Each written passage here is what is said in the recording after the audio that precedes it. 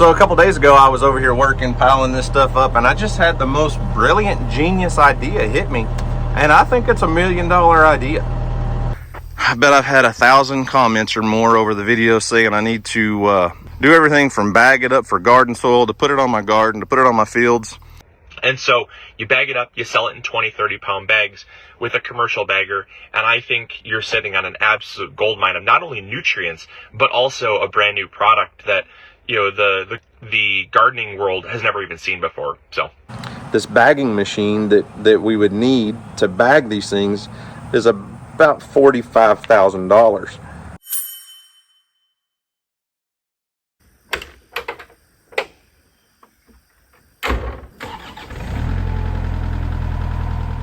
Well, what's up, guys? It's Daniel from Arms Family Homestead, and starting the morning off bright and early over at the mud hole, what I used to formerly call our monster bass pond. It's definitely a mud hole. We got a little bit of rain over the last couple days, not a ton, but a couple inches. No, not even a couple inches, maybe an inch spread out over the course of a few days. However, before that rain, I spent a few hours here and there doing some work on the pond, off camera, off video, and I'll kind of tell you my game plan and what I'm thinking and what I'm trying to do. Because, listen, this is all a new experience for me. Because this pond rebuild series has really taken off and done really well, I feel like some folks don't quite understand what we're doing. So this pond, originally, it's about 35-ish years old. We came in and cut the dam and drained the pond because, well, a couple reasons. Cut the dam right there, drained all the water, it flowed out into the creek. We had a bad fish kill a few weeks, well, gosh, I guess it's been a couple months ago now. Anyways, had a bad fish kill, but I've always wanted to expand the pond and make it bigger. And when we had the fish kill and killed off a bunch of our bass, that just seemed like the perfect time to me. Not that there was really anything just wrong with this pond. We could have added aeration to it and done a few things, preventative measures, and not had to worry about that in the future. Fish would have survived. We would have had a perfectly healthy pond after recovering from the fish kill.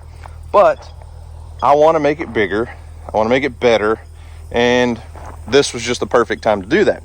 So now we're in my own terms, clean out phase, a dry out phase, because this pond, after we drained it, and any pond, is full of muck right now. That muck out there, that, like, you can't get out in that at all yet. That's gonna be a bigger project than what I can tackle right now, because there's probably 3 feet of just muck that if you stepped in or you took any piece of equipment out there, it's almost just liquid mud. But around the rest of the pond, I'm trying to speed up the drying process so that when I hire a contractor to come in and do the majority of the work to dig out all of the dirt and take down a bunch of trees so that we can expand the pond, we're gonna have to raise the elevation of the dam. We're hoping for 8 feet. 8 feet's a big goal. Realistically, maybe 6. But if we can do that, we'll go from a 1.5 acre pond to like a 4 acre pond. So for the last couple weeks, I've been working on and off to take out the dried up muck in this pond. So this stuff right here, this is starting to crack and crumble and come out pretty easy.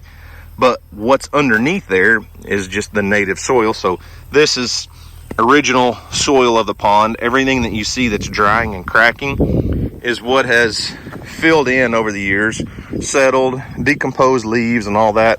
There's a few things laying out here that these are structure pieces from a company called Pond King. I've been picking them up as I go. There's a whole pile of them up there. There's one big structured tree right there. But this pond was built, designed, made as a bass fishing pond. So we've got a ton of, just regular bass fishing structure, dead trees. There's another Pond King fish structure thing down there that I'm not able to get to yet. I'll have to get the excavator and reach in there. I'm not about to climb down there. But anyways, a lot of structure, and we need this soil out to put up there. But we don't want to put that muck stuff in a pond dam, because it's not good soil for that. It's not good clay. It won't hold what we need it to hold. But I need to get this out so that what's underneath can dry much faster instead of waiting weeks and weeks and weeks, or months really. I want to try to remove as much of that as I can so that the actual soil that's, you know, the native soil underneath can dry out. So maybe that brings a few new folks up to speed in where we're at and what we're doing and why. I spent the last several days with that Cotto excavator cleaning out. There's a couple ditches that run through this pond that are really the hard parts to get to dry out. So it looks like, you know, to the unknowing eye probably, that I've just been digging out this spot deeper, but there's a ditch that flows in right there, comes down this way and tied into that, you know, where the water used to flow, and there's another ditch that comes in over there and flows down. So basically this pond was originally just a big ditch, 2 ditches that were dammed up and flooded, but all this stuff in here will just almost never dry setting there. It's 2 to 3 feet deep in just slop. I mean, this stuff is I dug this out a few days ago. It did get rained on, but it's just soupy, sloppy clay mud that won't dry. So on the back side of the pond is really where I've spent most of my time. I came in, step one was to bring the skid steer in and just skim off that muck layer like you saw up there where it's a lighter color. Just use the skid steer, skim the top off of that. Most of it's anywhere from 2 to 6, maybe 8 or 9 inches. Some low spots over a foot. And I've piled all of that stuff up. Now, I bet I've had 1,000 comments or more over the video saying I need to do everything from bag it up for garden soil, to put it on my garden, to put it on my fields. I'm not saying that won't work. There is probably some good soil there. There's a lot of debris in it. I'm not gonna buy a screener and a bagger and bag all this up and sell it. That is not even a feasible option. But first off, I don't even know that this is safe to grow your plants in yet. I want you to think about what, so we're underwater here originally, right? We're underwater here for 35 years on the bottom of a pond. Now, eventually I think that could be some good stuff. But the bottom of a pond is a very, I think it's anaerobic environment, almost no oxygen. That's why I have stumps out here, trees out here that are laying on the bottom of the pond that have been there for 35 years and never decayed. They've never broken down. So my concern is you take this and spread it on your fields. This has all been sitting in the bottom of a pond in a very low oxygen state for 30 plus years. There's a reason we compost things before we use them as amendments and put on plants and gardens and fields and all that stuff. If you had a manure spreader, you might be able to spread a very thin layer out across some fields. It might be okay. But I'm afraid if you just took this and tried to grow plants directly in it right now, it would not be in a very good state for that. It needs to break down or decompose, compost, something, I think, before you could really get good results out of it. But that's just a side note. Anyways, back to the actual pond. So I came in over the last several days and just dug and piled the slop and the nastiness. And this hole just keeps filling in with water just as fast as I can dig it out. My thought process is a lot of the water that's in this ditch oozes down. You know, I'm not trying to get rid of that. And it did rain a little bit, but this was filling up well before the rain. But as you can see, this stuff just turns to liquid mud. And this ditch, I wish you guys could see how far I dug that hole right there. This ditch runs the whole length of the pond, and it's like that all the way, and it's almost completely filled in. I really didn't know how deep this was until I started digging, and that is probably at least 4 feet of water in that hole, 4 feet deep. So that pond, or that ditch, has filled in anywhere from 5 to 6 feet or more over the years with just, well, sand and mud that's washed into the pond, and, you know, muck and decayed leaves and all that stuff. I mean, it's going to take a while to clean it out. And like I've said many times, I am going to hire a contractor to redo the pond. They just have bigger equipment. They can do more work. It's not going to be efficient for me to do what I want done to this pond with my 2 pieces of equipment. As good as they are, they're just not the right piece of equipment. But before they can really do much, we need to get it dried out. So I'm trying to save myself some money and some time in doing a lot of this prep work myself. And then when we do find the right contractor that has the right game plan, we've had several people come look at it, waiting on some bids and some estimates and things. But when they do show up, hopefully I'll have this thing in a little better state where they can go straight to work and not be dealing with such of a mess. So, I don't know. That being said, let's go scoop some goo.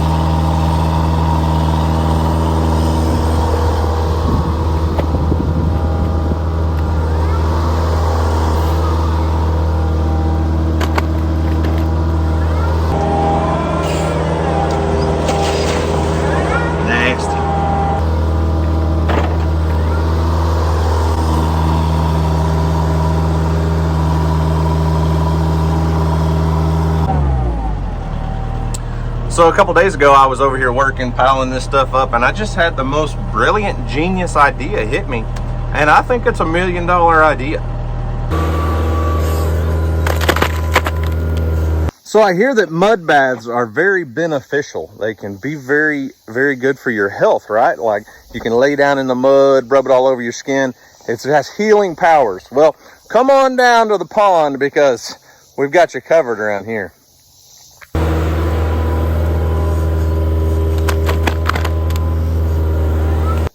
I promise I'll let you take home as much mud as you want. We'll fill up the back of your truck. We'll fill up a bucket, whatever you got. We've got the mud.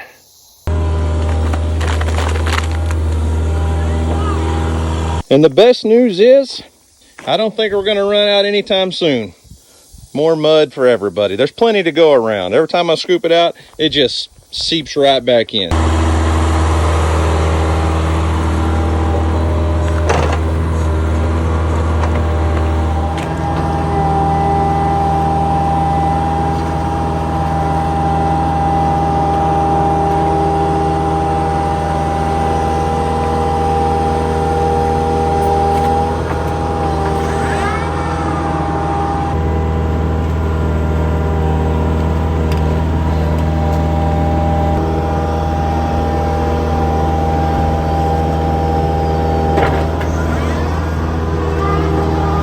I mean, I don't know, you tell me. I've got the perfect mud bath here right now. If we wait for another 100-degree day, we got a hot tub mud bath built in. So you can take your mud to go after your mud bath here on the property. I mean, I think people would pay for it. Now listen, I'm joking. I'm not inviting anyone to come jump in the pond. Don't get me wrong here. This is all a joke, but yeah. Either way, we have a soupy, sloppy, muddy mess that all needs to be dried out before we can really do much with it. Now, if we had some big haul trucks here, yes, we could scoop directly into a haul truck, which wouldn't be a bad idea, don't get me wrong. But this stuff is almost like a liquid, so unless that haul truck can just completely seal up, it's gonna just ooze out the cracks at the tailgate and all that stuff. So I think it's best to try, at least attempt to try, to dry some of this stuff out. And even if it's not completely dry out here, it'll dry up some, and I'll be able to come in with the skid steer and scoop it up and move it out of here, just like we did with this giant pile of stuff that was on top. It's dried out now. So either way, I feel like it's one step closer to getting us to a newer, bigger, better fishing pond.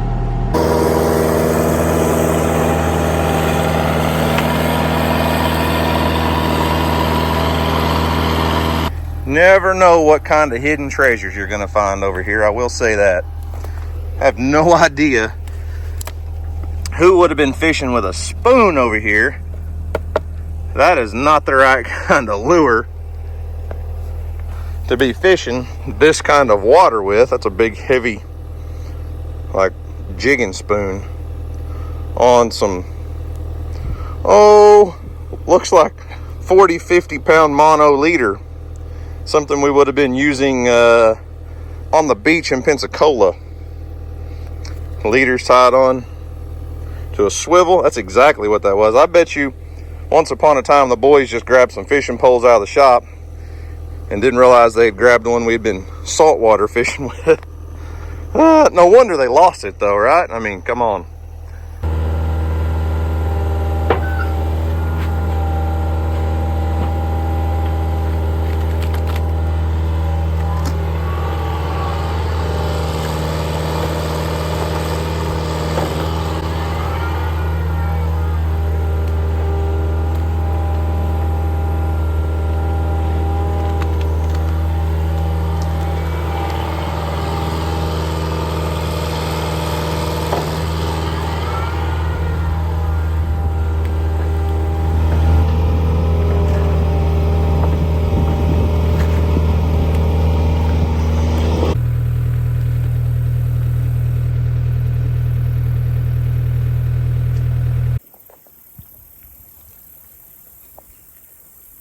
As much as I would like to wish that was, wherever it's at, that right there was a natural spring seeping into that hole, that's just not the facts.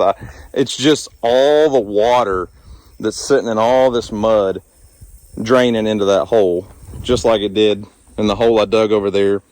This mud is just completely saturated with water. So when I scoop it out, it makes a little pond like this. At least, here's my thought process. Water evaporates much faster when the sun can hit it. So if there's a hard layer of crust on the mud that's dried out and all that water is 2 to 3 feet down below all that oozy, soupy mud, the water's never going to dry out. So I'm just kind of going around, and I've got, just in this one ditch, I've got a hole dug here, a hole dug here, and 2 more up there. I'm thinking we can at least get the water to start evaporating, and I'll just keep digging holes and scooping mud. And as this stuff dries over time, I can move it, pile it up, get it out of here, because I did all the work to clean these areas up, and now I'm just putting sloppy mud on top of them. Seems kind of counterproductive, but it's got to dry out somewhere, and this stuff will dry out much better if I can spread it around out here where the sun can hit it versus down in this ditch. And we're still early September. We're gonna have some 90, 95, maybe some 100-degree temperature days, and hopefully this water will start evaporating out of here a little faster since it's exposed to the air and the sunlight. So a couple hours of work on the Cotto this morning is all you're going to get out of me. It's actually Monday of Labor Day. Happy Labor Day. Hope you guys had a great holiday weekend. I've got to get back to the house, get some chores done there. And I think later this afternoon, DJ is planning on going to the lake with a bunch of friends. We've got, I don't know how many girls are at the house. Emily's friends are over. Houston's got a buddy over. We may end up spending the afternoon at the lake. Not that the holiday weekend's my favorite time to be on the lake, but it's Labor Day, and that's kind of the last big hoorah of the summer, I guess, before we buckle down into fall. I mean, I'm going to say start deer season, but buckle down into fall, and kids are all back in school.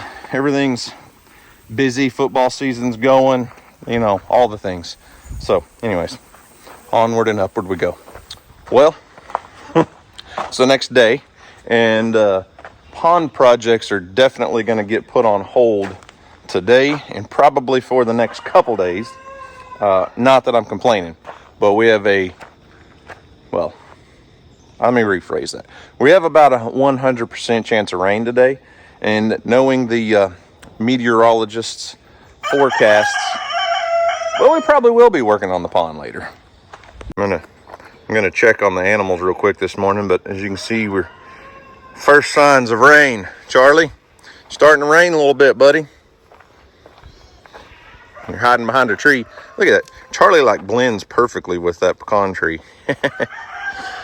Hey, Charlie.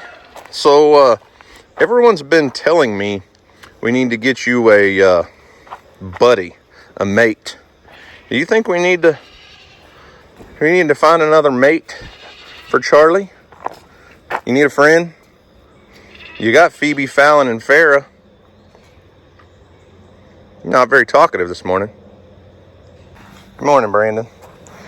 What's up, buddy? How you doing today? Huh? So, DJ's been talking to Marie from Random Oaky Farms, who actually owns Brandon, and I think we're going to be taking him back home this week. Yeah, sometime this week. I don't know when. What's up, girls? So, hopefully Brandon has done his job, and we will have 4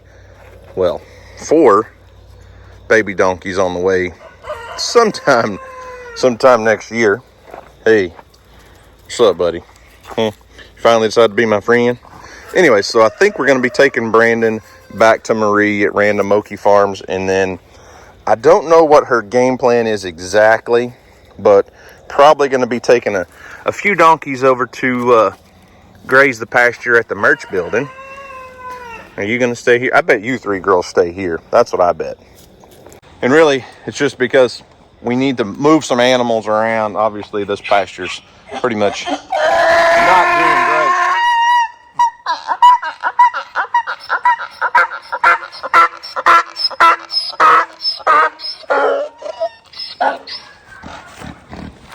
Anyways, the grass over in the pasture at the merch building is just, it's not getting grazed down like I had thought. A couple alpacas and 1 donkey, Fancy's over there, and 2 alpacas. So I think we're going to take a couple more donkeys over there for a few months. We're fixing to start rolling into fall, and I don't want them over there over winter. I'll probably bring everything back here over winter so that we can make sure everybody has water, and, you know, don't want to have to go over there and bust ice a couple times a day. So I guess while I wait to see if we're going to get rained out on doing any work today, got to run town real quick and take the kids to school. Well, take Houston to school. Emily has a driver's license. She can drive herself, but she starts school later in the day than Houston. So we got to run Houston in, and then probably go help my wife. We did our fall merch launch yesterday. If you guys missed that, armsfamilyhomestead.com dropped a bunch of new merch, including Kelsey on a t-shirt, new Creek Life hat. All the younger guys say this is the cool style of hat now. It's like an old throwback trucker style hat, but she launched, I say she because it's mostly DJ's department. She launched, I think 3 new t-shirts, couple hats. She's got all this stuff figured out. Some of the sizes, I was looking this morning when I got up, some of the sizes are already sold out.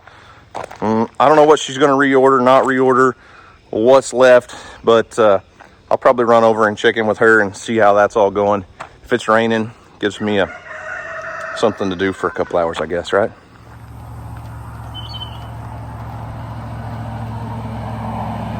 Well, so far the weather guessers are not quite completely wrong. It is raining, barely enough to settle the dust. So figure I might as well come over and help harass, do whatever. The wife and all of her helpers here, fulfilling all the merch orders. All of my helpers. Yeah. Are there, you see some people? It's well, with you, there's, you know, you never know which personality I'm going to get, see, so it's you and you. What a gift that is. What a gift. What a gift. Yep. So, merch launch. How's it going? It's a good one. I noticed this morning, the day after, we had about, I don't know, 300 orders to fill. Yep. You've probably got most of them done already, right? Like, it's 8:30, so you probably got, well, you got 2 in the box ready to go, plus. I have these. Well, good start. And Good start. I've already got these pulled. Okay, well, you have a good day. I gotta go. Yeah. No, I'm kidding. So, what's the status? What's it look like? Did you order enough? Did you not order enough? I think I ordered enough. I mean, I'm probably gonna run out of my V-necks. I mean, within the next few days, probably. I think you're already out of several sizes on that one. I am in several sizes, but I meant just completely. I noticed that the blue, even Jesus has a fish story, or had a fish story. This t-shirt is several sizes are already sold out. Any chance you might be reordering some stuff? I don't know. After the live yesterday, there were several that wanted some of my sweatshirts that I did last year with the tie on it. Yeah. So I may do that. I may just throw that in there, reorder some of those. I really like that blue shirt over there. Oh, you do, huh? This is my idea. My ideas usually my ideas usually do very well. Let's say that. Let's see. It's because I have a tremendous sense of fashion. And I know that most of our audience that's purchasing stuff from us are older ladies. And I'm just really up to speed with older ladies' fashion. I know what they like. Okay. But no, for real, DJ does a great job with all of our merchandise stuff, and she's way better at it than I am. I did see some comments the other day when we were doing our live video. People were asking if we were ever going to sell coffee cups instead of a travel mug, just a regular old coffee cup. We do sell those. Okay, I was just curious. I thought maybe these were here and they weren't for sale or something, but we do have regular coffee cups. DJ still sells her Arctic cups, all those, and hats galore. We've got several different styles of hats in stock. I noticed that when I looked this morning, DJ, we had only sold, 4 of these? Yeah, not many. And it's crazy because, and maybe just the kids haven't seen it yet because they don't watch live videos, I don't imagine ours, but those are very popular with kids. I know Houston thinks it's the coolest hat we've ever sold. Weston offered to take like 20 of them. Yeah. So, they're not typically our target audience, but that's a very cool hat. So, and there are ladies' hats. DJ has some Do Your Best hats and lots of different things. So, DJ's going to be busy today, packaging 300 plus something orders. Yes. So, you and your crew just knock it all out, okay? I may have some help later.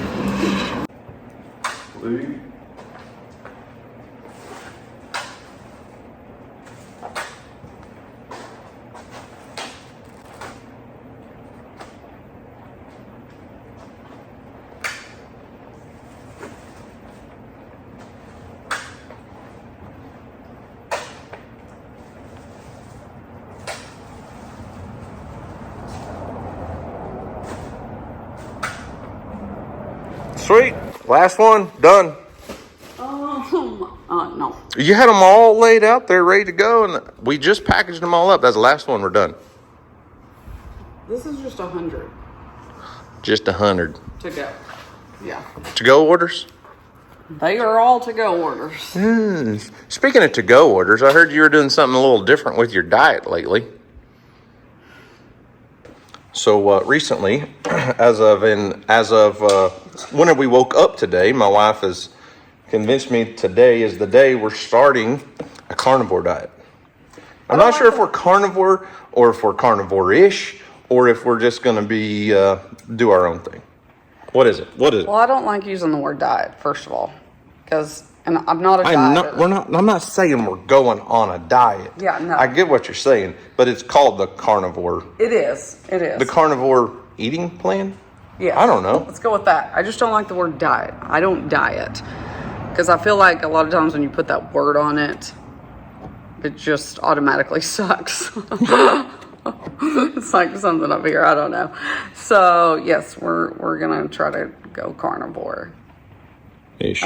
Ish, for sure. For sure ish. I had coffee this morning with plain black with nothing in it. Did you? No, I was not. Then you have already messed up. I was not mentally prepared today to give up my creamer. So I'm going to try. I'm weaning that down even more so. But I'm excited about the meat and the eggs and the cheese and the butter. I am excited about all that. Sounds like a great meal plan to me. We'll let you know how it goes. Cody and Erica from Bar 7 have been on a carnivore diet for months. Yeah. Now I'm not. We aren't doing it, for a weight loss plan or anything like that. We've seen a ton of people and watched a ton of content about the carnivore diet and the health benefits, at least short term. Now, I'm not saying we're going to do this forever, but it's something we want to try because a lot of folks say you would not believe how much better you feel after a couple weeks. Yes. First couple weeks may be rough. Yeah. So, I guess we'll keep you posted. Yeah. Maybe. If it lasts. Well, making a little progress. I think we've knocked out 100, 120 something orders. I don't know. We'll get through quite a few of them today, but decided to take a break. Sat out here on the porch. It's just raining just enough that you really can't do much outside. So, no more pond work for the day. But, I don't know. I ponder a lot of things. You see what I did there? Oh, man. So, I know I joke and kid around a lot, but I will say this.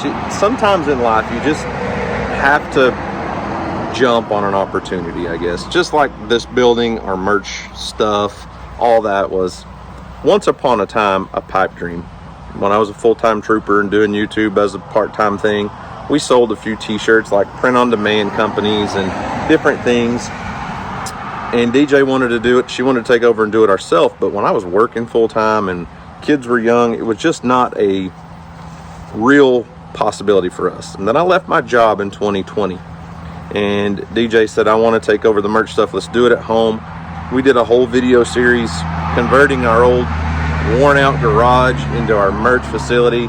She bought a heat press and we were buying blank t-shirts, started making them ourselves. We launched that in like November, right before Christmas, and thinking, we started off with like 400 total shirts between t-shirts, hoodies, youth, adult, 400 shirts.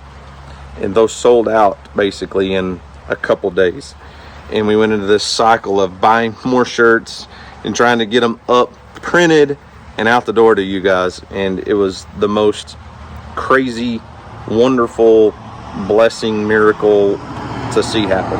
We spent endless nights in that garage with DJ's mom and stepdad and Dusty and Marissa and all kinds of people coming to help. There's so much traffic over here, it's crazy. But it was like a pipe dream that turned into a reality that eventually turned into this building. And last year when we took a leap and decided to step outside of t-shirts and hats and merchandise stuff and partner with a farm that sells pecans to bring you guys farm fresh local pecans, we thought, well, we'll start off with 3,000 1-pound bags because we were buying those pecans at a cost, and then have them packaged with our label and our brand, all that stuff, and then hoping to resell them to you guys. Those 3,000 pounds sold out in less than 24 hours. Actually, I think it was much less than that. I don't remember. Bought another, truckload of pecans. Those sold out in a day or two. And it was just an opportunity that we had to seize. And guys, without you guys, we wouldn't have been able to build this building. I wouldn't have near the business that we have. And it just blows my mind that all comes from t-shirts and hats. And the pecan thing was an opportunity that we saw and jumped on and seized. This year we're still going to be doing pecans. I have not talked to the Buchanan family in a couple months, honestly, but their harvest will come October-ish. So we're hoping to have those pecans here so that we can launch them and get them out to you guys before Thanksgiving. But we're also going to be partnering with another YouTube channel, a small farm that has a dairy goat herd, and they make goat's milk soap. So we're going to be having a collaboration of sorts to do an Arms Family Homestead special edition of goat's milk soap. Neighbors coming out of his driveway, headed out. I'll just be the weird guy sitting on the porch talking to my phone. Anyway, so before our Christmas launch, we'll be doing a Arms Family Homestead goat's milk soap. I think it'll be a really good seller. I think it'll be something that everyone will enjoy. And just like with partnering with the Buchanan family, it's a product that a lot of people can use, but it's a product that makes sense in a collaboration to help another small farm. The channel that we're partnering with is a small channel, but they take this goat milk stuff very, very serious, and that's their full-time business. So I think with you guys' help, it'll be a big seller, and we'll probably be the biggest customer they've ever had, and hopefully we sell out fast and we can get more made and get it out to you guys and do some different things. So it's kind of how all that works. And the business side of things is what blows my mind. I had a YouTube channel. I've had a YouTube channel now for a decade probably, and I'd never, in the beginning, never really treated it like a business. It was just a hobby, and that's fine. I don't have a problem with that. It would work great. But over time, I started seeing, I was a state trooper, so I worked for the state. I went to work, drew a salary. No matter what I did, my paycheck was the same, and there was not a lot of business knowledge involved in that. So this YouTube stuff, when I decided, all right, if this thing's gonna really work, we've got to start treating this job like a business, like a job. And that was like a turning point for my channel, for our business, for our family, for our careers, and leaving the patrol and being a full-time content creator and treating this more like a business than just a hobby where I run out in the yard and shoot a little video now and then, changed our life. It changed the trajectory of our life, of our family's life. And the business side of this stuff is what really gets my brain going nowadays. Like there's so many different opportunities out there that we could go, different directions we could go and stuff, which leads me back to our pond project and this whole thing. So, when we first started cleaning out the pond, I started noticing an overwhelming majority of the comments had to do with what was I going to do with this nasty muck that's coming out of the pond. And it's just a nasty, mucky, muddy mess. But they weren't wrong. The comments weren't wrong. But here's the thing. The comments went like this. What are you going to do with all that muck that comes out? You need to put it on your garden. You need to spread it on your fields. Why don't you sell that stuff? You could sell it to other farmers or other gardeners. And this is one of those things where I see those comments and they're not wrong, but you've got to figure out how that's even possible to seize an opportunity.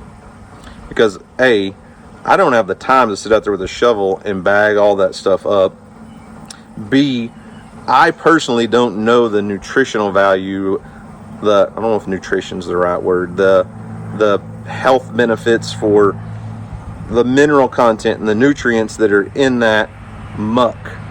So I hate to take a product that I don't know enough about, just load it up and try to sell it to people and it not be any good. So I don't, as I was talking on, it was crazy how all this works out. So yesterday, on this same video, I was addressing that, whether it's an anaerobic product that has been, deprived of oxygen, and I don't know the nutrient content, I don't know the NPK and all those things, and I've been thinking about all this stuff, and is it something that you could really put on your gardens and be really good, or is it going to burn your crops because it's got too much nitrogen or too much of this or whatever, and then my thoughts are, okay, don't grow directly in that stuff, but you could use it as like a soil amendment. So take a manure spreader, like an old time manure spreader that you tow behind a tractor, and spread just a little bit across your yard or your field and see what it does. I don't know. I honestly don't know. Well, then yesterday my phone rings. We were going to the lake. We were packing up and heading to the lake, but it was Luke from M.I. Gardener.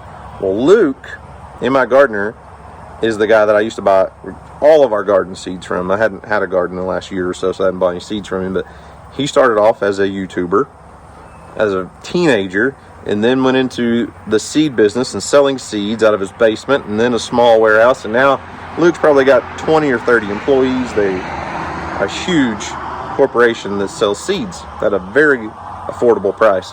And Luke calls me and he's like, Daniel, I've been stewing on this for days. I've got these ideas, and Luke's a gardening guru, genius, nerds out on everything that has to do with soil composition and soil structure and nutrients and minerals and all that stuff. And Luke is like, got all these ideas, and we need to take this pond muck and bag it up and sell it as a soil amendment because it's so nutrient rich. And I was like, Luke, you're talking so fast, talking over my head here. I don't even know. Well, I said, just here, record something so I can show my viewers. Hey, Daniel. All right, so here's my idea for you. First of all, I think you're sitting on a huge nutrient source. All of the nutrients from that pond have broken down and have degraded over decades. All the leaf litter, the runoff, fish waste, things like that have broken down and decayed in basically a basin. All that clay captures all the nutrients. It prevents it from seeping any further. And it just sits in the pond for decades as it breaks down. And when water evaporates, the water leaves, but the nutrients and the fertility is retained. And so when you dig up all that sludge and you dry it out, you're sitting on an absolute gold mine of nutrients and an amazing soil additive that can grow plants.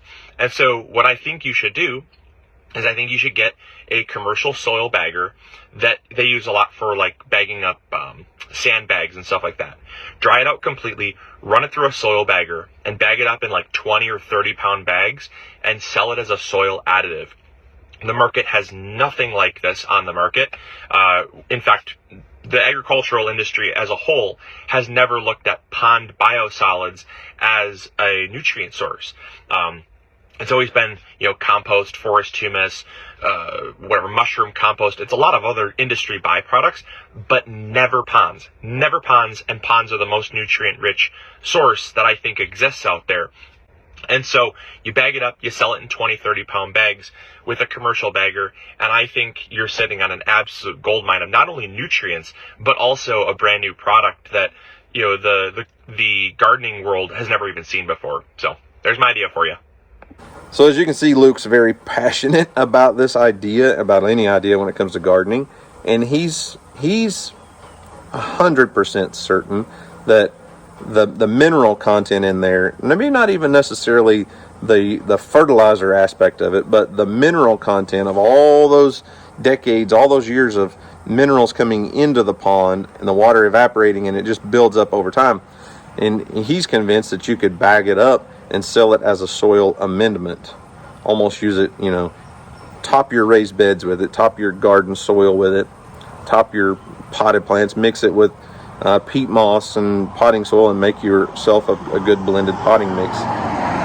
The thing is, this is one of those, do we seize this idea and turn it into a business or not? This bagging machine that we would need to bag these things is about $45,000. But I think we would also need a machine to screen it, to get all the debris and sticks and stuff out. it's going to have to be 100% dried. So even if we, you know, tried to sit out here and dry it on the ground, like today, it's raining, that stuff's not going to dry out. So I'd have to figure out a way to dry it, screen it, and bag it.